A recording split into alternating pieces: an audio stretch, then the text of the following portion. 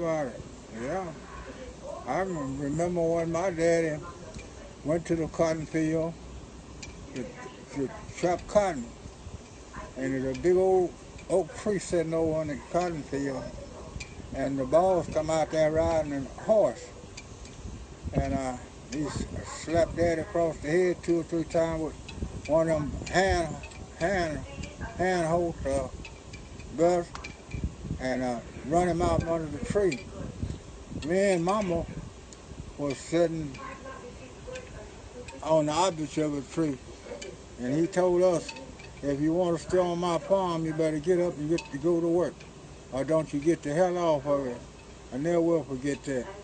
And Daddy worked all that day, we worked all that day, and when we went in that night, he cut out the lights on every house that had lights on, and told the people they didn't want to work, they'd sleep in the dark.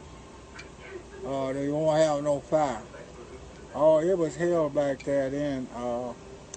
White folks didn't care nothing about no black folks back there in my young days. They was all just like mules, horses, and dogs to the white back in them days. I know they carried my daddy out in the woods and tied rope around his neck and pulled him up by the tree limb, and Daddy stayed there until he passed out. They stood there until Daddy passed out. When Daddy passed out, they let him down.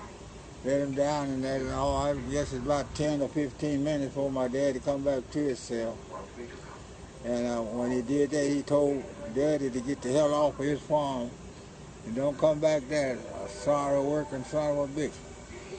So Daddy left there walking that evening about sundown. We didn't. That was on a Monday. We didn't see my daddy, until that next Monday. And that next Monday,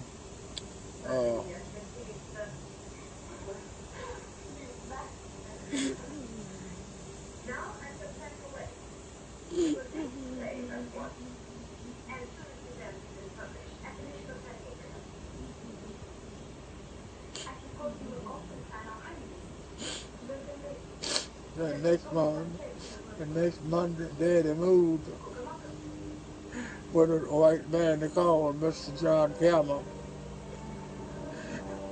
And Mr. John Campbell was good to us. He helped Daddy move, helped Daddy get his stuff together and bought us a bunch of groceries. That's when that bad luck started leaving us. We worked with Mr. John Campbell about 7 years. And when he died, his wife sold a farm. And Daddy moved back to Lone Oak then. And he started working for a man they called Mr. John Campbell. And Mr. John Campbell worked Daddy about 6 or 7 months. He bought him a new car. And he sold Daddy his old A model car. He sold it to Daddy. And that's when Daddy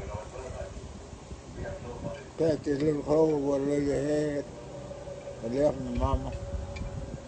He went back home to his daddy. His daddy lived in Cairo, Illinois. That was his home, my daddy's home. My mama's home was in Arkansas. And